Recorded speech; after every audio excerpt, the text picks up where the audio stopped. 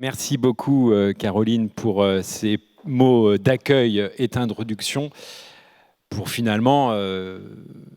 une manifestation qui s'inscrit dans la durée, dans la pratique et qui nous permet effectivement, comme vous l'avez dit, de contempler les pas de géants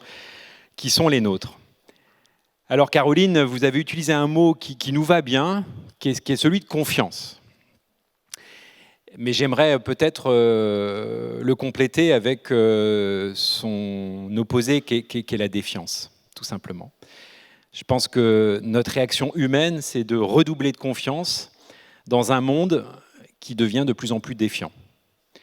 et qui nécessite évidemment de se serrer les coudes, de se relever les manches et puis de travailler peut-être la définition même de l'intelligence, puisque contrairement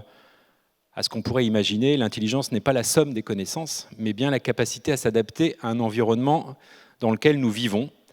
et qui est évidemment en très grande mutation.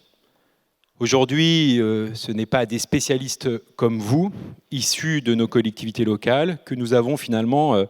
un double ou un triple enjeu à traiter. D'un point de vue macro, nous sommes en train de changer de paradigme, ce n'est pas moi qui le dis, ce sont tous les spécialistes.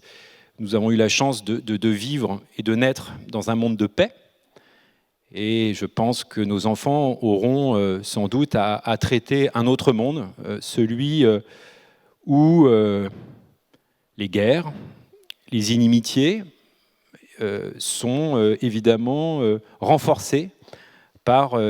aujourd'hui les attaques cyber. Nous étions quelques-uns des intervenants cet après-midi autour d'une table ce midi,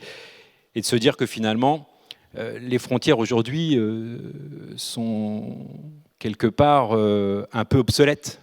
par rapport aux enjeux qui sont les nôtres, ceux de la cyber. Donc un monde qui évolue très vite, un monde de défiance qui doit nous obliger effectivement à penser le monde sans doute d'une manière un peu moins naïve et en gardant évidemment nos valeurs qui sont celles de la paix, et celle de la rigueur par rapport à tous les enjeux techniques et technologiques qui sont devant nous. Mais cette situation compliquée, quand on la reprend à l'échelle locale, ou française, ou européenne, elle nous oblige à agir, et d'agir le plus vite possible, pour finalement tenter de rappeler, ou en tout cas d'éduquer, si le mot est entendable, nos concitoyens par rapport à ces enjeux-là, qui sont aujourd'hui devant nous et qui ne sont pas forcément de manière collective perçus de la même manière que vous, ici présents au couvent des Jacobins cet après-midi. Nous sommes des personnes au courant, des personnes spécialisées dans la question, mais moi je suis frappé à titre personnel de voir le décalage culturel qui existe encore, où finalement Internet, pour faire simple, reste un grand mouvement libertaire, avec aucune contrainte, où très difficilement on commence à percevoir que si c'est gratuit, les données que nous produisons sont payantes, ou en tout cas elles nous sont payées. Et cette prise de conscience va prendre du temps, mais elle n'arrivera inévitablement avec finalement ce vers quoi nous tendons, cette logique de confiance numérique, et de faire en sorte que finalement le digital, qui a pris une part non négligeable dans nos vies, soit encadré, protégé, sécurisé, et c'est tout votre boulot du quotidien, afin que là aussi nos concitoyens soient les plus libres. Je crois que l'échelle territoriale de la collectivité territoriale est le bon échelon. D'abord parce que les Français sont très attachés à l'échelon territorial, très attachés au rapport de confiance avec leurs élus, très attachés surtout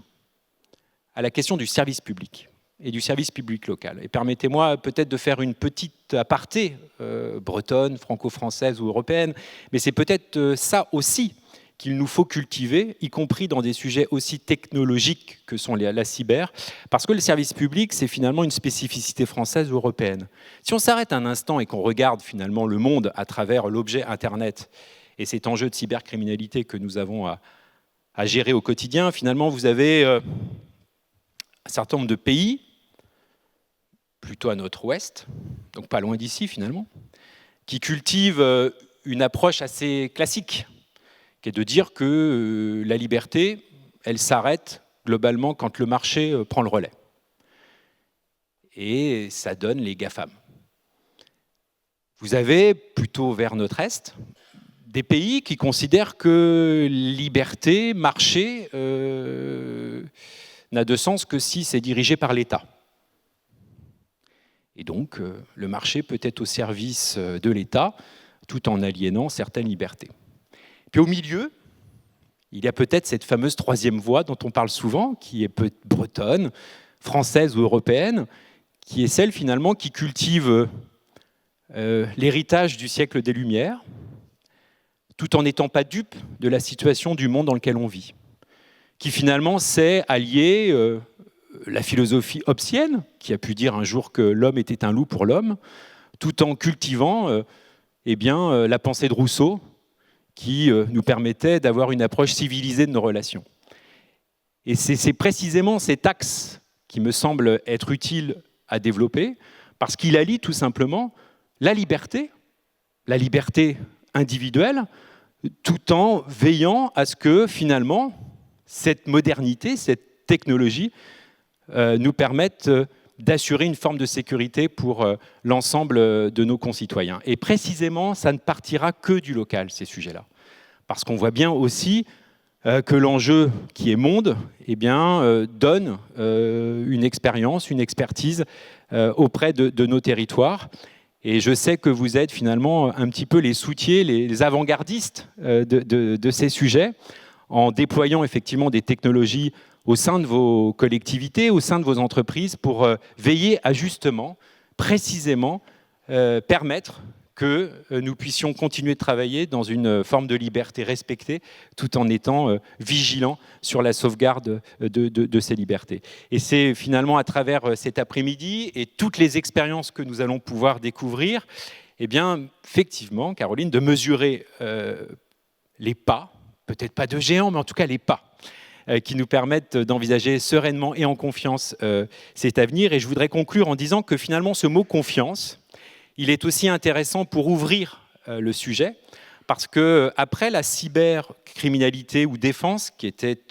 issue du ministère des Armées, nous avons connu la cybersécurité auprès de nos entreprises, et on voit très bien que demain, et demain c'est dans très peu de temps, vous allez avoir une prise de conscience collective de la part de nos concitoyens qui vont à la fois prendre conscience de l'enjeu de la sauvegarde de leurs données, tout en prenant conscience de la question énergétique ou environnementale de la même maîtrise de ces données. Et ces deux points reliés nous amèneront évidemment à envisager les choses d'une manière locale, permettant, encore une fois, de sauvegarder l'essentiel, c'est-à-dire nos libertés individuelles, tout en prenant peut-être conscience que Internet, ces outils de communication qui nous ont permis de communiquer avec le monde entier, doivent peut-être être encadrés par quelques règles de bienséance nous permettant de vivre en communauté, tout simplement dans le respect des libertés des uns et des autres. En tout cas, c'est tout le mal que je nous souhaite. Et je vous souhaite évidemment, au nom de Nathalie Appéré, maire présidente de Rennes Métropole, d'excellents travaux. Et encore une fois, nous sommes très heureux de pouvoir vous accueillir dans ce couvent et dans cette capitale régionale, parce que c'est aussi un élément de fierté de voir aussi toutes celles et ceux qui travaillent au quotidien sur ces sujets. Et chaque année, grâce à l'European Cyber Week, on constate ces fameux pas, ces fameuses avancées. Et on se dit qu'effectivement, Caroline, on peut être en confiance sur un territoire qui sait cultiver justement la question de la liberté et la question de la sécurité. Merci à vous.